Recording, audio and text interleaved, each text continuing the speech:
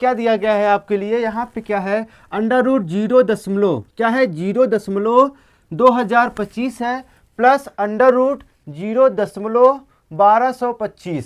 ठीक है, ये सवाल दिया गया है, हमें क्या करना है, हल करना है। आपको क्या करना है, हल करना है। अब बताइए कि हम इसका वर्गमूल कैसे निकालेंगे। बहुत स्टूडेंट, बहुत हमारे भाई को क्या होता है कि दशमलव में अगर वर्ग निकालना है, अगर तो वो क्या होते हैं कि वो नहीं निकाल पाते हैं, वर्गमूल निकालना है तो वो नहीं निकाल पाते हैं। तो आइए हम आपको बताते हैं कैसे इसको वर्गमूल निकालेंगे। ठीक है, तो हम यहाँ पे देखेंगे, क्या देखिए यहाँ पे क्या है, अंडर रूट है, तो अंडर रूट में लिखिए। ठीक है, इतना समझ में आया। अब देखिए यहाँ पे क्या है, 1 2 3 4, कितना है, 4 अंकों के बाद क्या है, दशमलव लगा है, इतना ज्ञात हुआ। तो हम लिखेंगे क्या, यहाँ पे लिखो 2025। अगर हम दशमलव हटाते हैं तो जितना अंक रहता है तो बटे में हम क्या करते हैं, उतना हम जीरो लगा देते हैं। ठीक है, तो कितना है, 4 है, तो यहाँ पे हम कितना जीरो लगाएंगे, 4 जीरो मैंने लगा दिया। अब क्या हुआ कि दशमलव हट गया। अब प्लस का चिन्ह लगाओ, फिर अंडर रूट लिखो, फिर हम क्या करेंगे, 1225 लिखो। यहाँ पे 1225 लिखने के बाद देखेंगे यहाँ पे कितना अंक है दशमलव के बाद, तो कितना है, 1 2 3 4 है, तो 1 लिख के 4 जीरो लगा देंगे। यहाँ तक आपको समझ में आ गया होगा। ठीक है, यहाँ तक समझ में आ गया। अब हम देखेंगे 2025 किसका वर्गमूल है और 1225 किसका वर्गमूल है।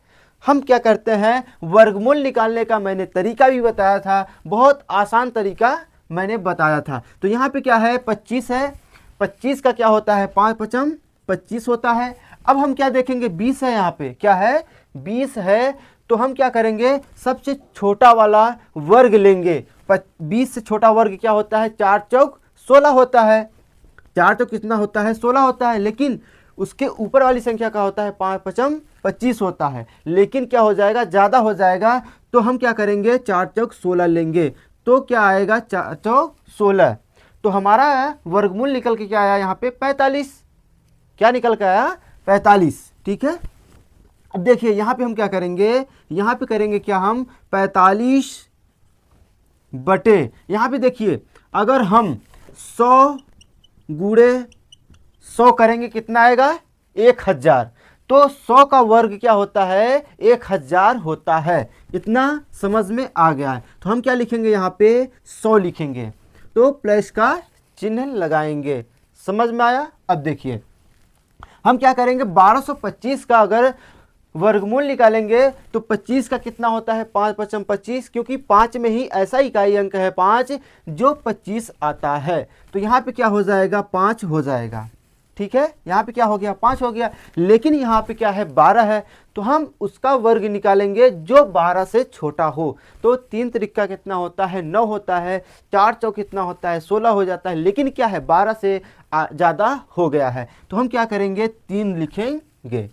तो यहाँ पे क्या आ जाएगा, 35, कितना हो गया, 35, और यहाँ पे क्या है, 4 जीरो है, तो मैंने बताया भी 100 का वर्ग होता है, तो यहाँ पे क्या हो जाएगा, 100। इतना समझ में आ गया। अब देखिए हम क्या करेंगे, भिन्न कर देंगे यहाँ पे, तो एलसीएम हमारा कितना हो जाएगा, 100।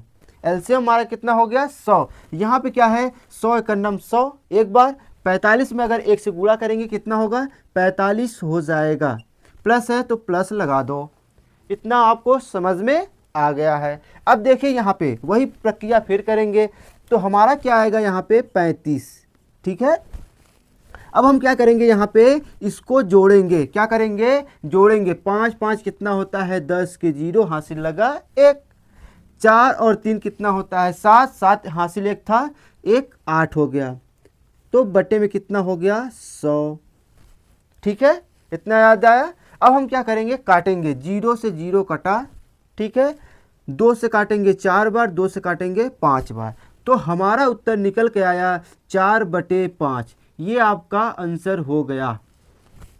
तो साथियों उम्मीद करते हैं कि आपको बेहतर से बेहतर तरीके से आपको समझ में आ गया है।